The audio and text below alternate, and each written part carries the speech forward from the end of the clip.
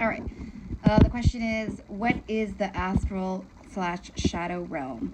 All right. So the best way I could say it is, first of all, the astral is set up into phases of density.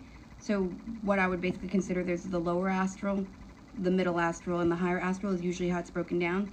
In shamanic practices, you would call it the lower world, the middle world, and the higher world. So I'm going to speak on the shamanic practice because I think that's probably really, really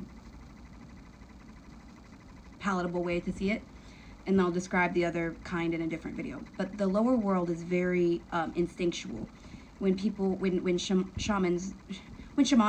journey there, you notice a lot of protected energy. It's almost every time that people try to access it, you'll notice that your main guide is with you as well. It's almost kind of like punching two tickets, because it is a protected place. It's the place that you can go and journey and visit some of your spirit animals if you have them near you. You can also, I always call it somewhat of a spiritual locker.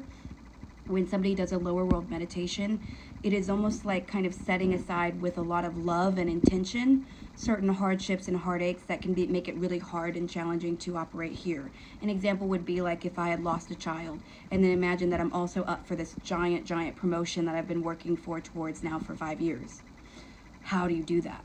So the lower world can be this beautiful walk that helps you take the pain and place it underneath a partition until you have time and energy to deal with it. It's very different than like shoving it into a dark closet.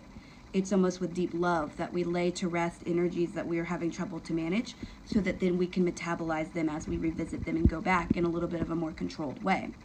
The middle world is a lot of the places where you would do soul retrievals, which I am a huge fan of. I participated as a journeyman and also as a guide for people, and it is one of the most profound ways that you can become whole again. So the middle world is probably where I think the most beautiful work can really be done, but it's also very challenging. And I used to think that it was cool for other people to journey for other people, and then I learned under my mentor, you really do need to be doing your own journeying so that you can reintegrate parts of your soul. The higher levels is sort of where you would find almost like your etheric parents. It would be the place where you start to feel that lightness. It's one of the places that actually I struggled very hard to deal with the higher world meditation, and I would actually consider myself that I failed it.